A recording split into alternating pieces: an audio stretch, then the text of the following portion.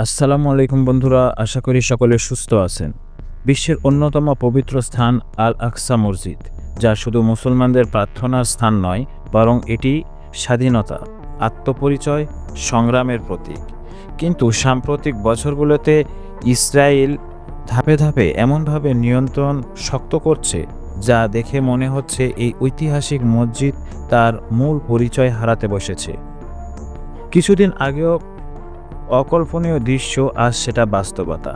দেখা গেছে ইহুদিরা প্রকাশ্যে আল আকসার ভেতরে প্রবেশ করছে, পতাকা উড়াচ্ছে, গান গাইছে এবং প্রকাশ্যে প্রার্থনা করছে। অথচ আন্তর্জাতিক চুক্তি অনুযায়ী আল আকসা সবসময় ইসলামিক ওয়াকফের অধীনে থাকার কথা ছিল। জর্ডানের তত্ত্বাবধানে মুসলিম প্রশাসক মসজিদের রক্ষণাবেক্ষণ ও নিরাপত্তা নিশ্চিত করত। অমুসলিমরা শুধু ভ্রমণ করতে পারত, কিন্তু প্রার্থনার অনুমতি ছিল না। তবে পরিবর্তন শুরু হয় 1967 সালের 6 দিনের যুদ্ধের পর, যখন পূর্ব জেরুজালেম দখল করে ইসরায়েল। ধীরে ধীরে ফিলিস্তিনিদের প্রবেশ সীমিত করা হয় এবং ইহুদিদের প্রবেশাধিকার বাড়ানো হয়। 2000 সালের পর টেম্প মাউন্ট অ্যাক্টিভিস্ট নামের সংগঠনগুলো প্রকাশ্যে দাবি তোলে আল আকসা ভেঙে সেখানে তৃতীয় মন্দির নির্মাণ করতে হবে। এরপর থেকে পরিস্থিতি আরও খারাপের দিকে যায়। মসজিদের ভেতরে ইসরায়েলি সেনা ও পুলিশ মোতায়েন করা হয়, ফিলিস্তিনিদের ওপর চাপ বাড়ে। 2017 সাল থেকে ইহুদিদের আল আকসার প্রবেশ প্রতিদিনের ঘটনা হয়ে দাঁড়ায়। তারা ফজরের পর বা জোহরের পর দলবদ্ধভাবে প্রবেশ করে। শুধু 2024 সালে এক বছরে 56,000-এরও বেশি ইহুদি আল আকসায় প্রার্থনা করেছে, যা এক ভয়ঙ্কর বাস্তবতা।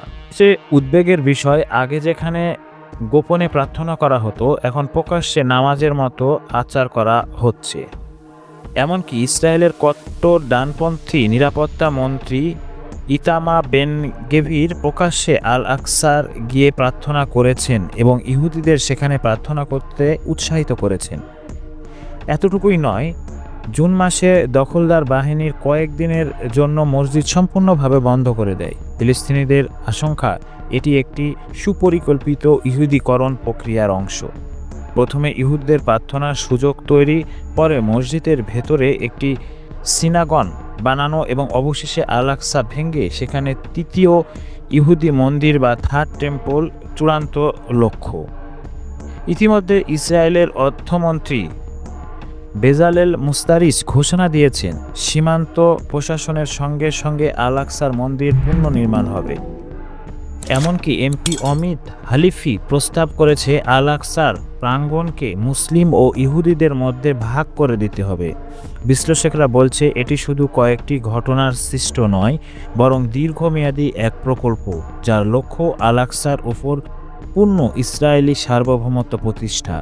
প্রশ্ন হলো, মুসলিম বিশ্ব কি এখন জেগে উঠবে, নাকি ইতিহাসের সবচেয়ে পবিত্র স্থানগুলোর একটি চিরতরে হারিয়ে যাবে নীরবে? তো বন্ধুরা, সাথে থাকুন, সাবস্ক্রাইব করুন। সাবস্ক্রাইব না করলেও দেখতে থাকুন, দেখতে দেখতে ভালো লাগা ভালোবাসা হয়ে যাবে ইনশাল্লাহ।